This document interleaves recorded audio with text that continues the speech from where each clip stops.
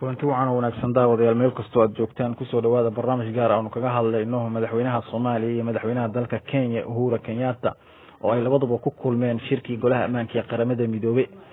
sida ay warbixinta nagu soo gaarayso ayaa waxa halkaasi kulankooda ka shaqeeyay madaxweynaha dalka Masar Abdel Fattah al-Sisi haddaba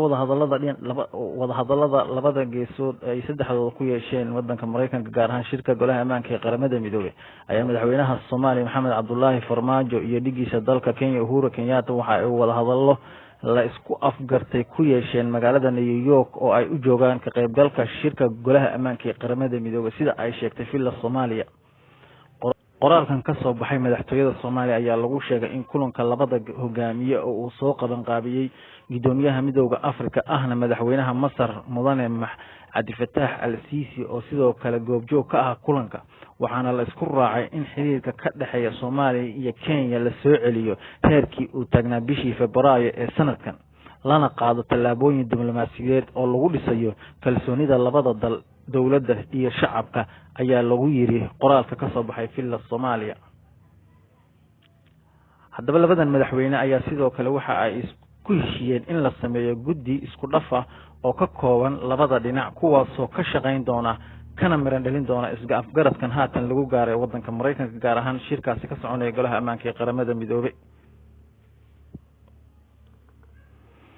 Villa Soomaaliya waxa ay sheegtay in madaxweyne Farmaajo intii uu kulanka socday ku adkaystay in kiiska badda go'aankiisa la geeyay maxkamadda cadaaladda adduunka taasoo la iskugu waafaqay in halkaasi loo daayo dawladda Kenya ayaa wali waxay wax wara kama aysan soo saarin wadahadalada labada madaxweyne iyo waxa looga hadlay intaba madaxweynaha wadanka Kenya Uhuru Kenyatta qodbadiisii uu ka jeeday shirka sanadlaha ahaa ee qaramada midoobay ee ka soconaya magaalada New York ayaa sheegay in Soomaaliya laga doonayo in ay wadahadalada ka gashay arinta muranka badda ee ka dhaxeeya Kenya iyo Soomaaliya waxa uu doorbiday in dacwadda muranka badda ee la dhigay maxkamadda adduunka loo soo wareejiyo isla markaana wadahadalada lagu dhameeyo arrinkan ayaa sheegay in Kenya ay doonayso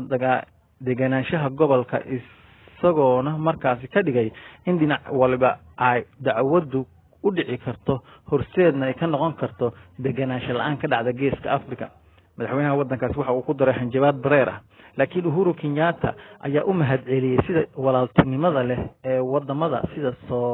Suudaan iyo Suudaan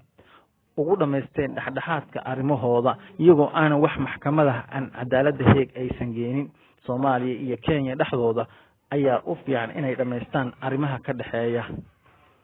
haddaba Soomaaliya ayaa wali ku adkaysanaysa in muranka badda lagu xaliyo maxkamadda adduunka dawladda Kenya waxa ay walaac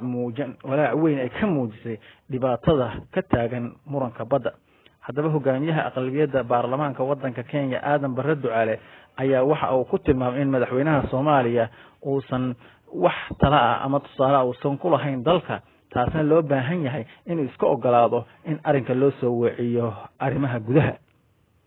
ka dhacay magaalada Muqdisho iyo kii lagu qaaday Beledoogle ayaa war-saxaafadeed waxaa soo saaray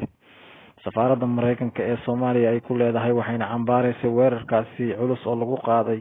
saldhigga ay ku leeyihiin ciidamada Mareykanka iyo ciidanka xoogga dalka Soomaaliyeed war-saxaafadeedkan ka soo baxay safaaradda ayaa lagu sheegay in wax khasaare ah uusan weerarkaasi ka soo gaarin ciidamada xoogga dalka ee ku sugan xerada Beledoogle ee Shabeellada Hoose dawladda Mareykanka waxay cambaaraynaysaa weerarada maanta ka dhacay Beledoogle iyo Muqdisho waxaana ammaan u jeedisay ciidamada Soomaaliyeed oo ka hortagay weerarkaasi lagu soo qaaday fariisiimada ciidamada Soomaaliyeed uu ku leeyahay Beledoogle ee gobolka Shabeellada Hoose saxaafadeedka ayaa lagu sheegay in ciidamada ku sugan saldhigga Beledoogle ay hayeen kuwa feejigan inkastoo qaraxyada ay ka dhaceen afaafka hore ee ciidanka ay degan yihiin haddaba qaraxyadan waxaa war kale ka soo saaray dawladda Soomaaliya waxayna sheegay in